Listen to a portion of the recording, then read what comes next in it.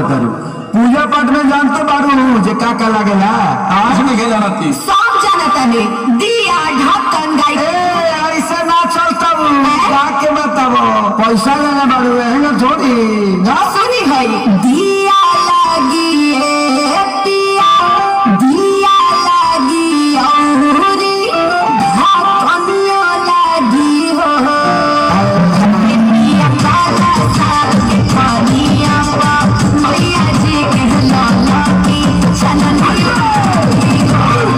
पिया काला साग के पानिया पा मैया जी के लाला की चननिया ज्ञान तो तारा ढेरे कुछ बा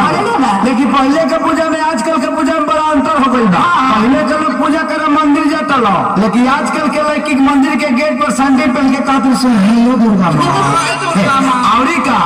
मोबाइल ले तरी सो अम्मू चोमा लेखा बना के कहते सो कि मैं हूँ और ये मेरी माँ है और यहाँ पूजा हो रहा है थोड़ा ना घुस जी हम खैर छोड़ा हमें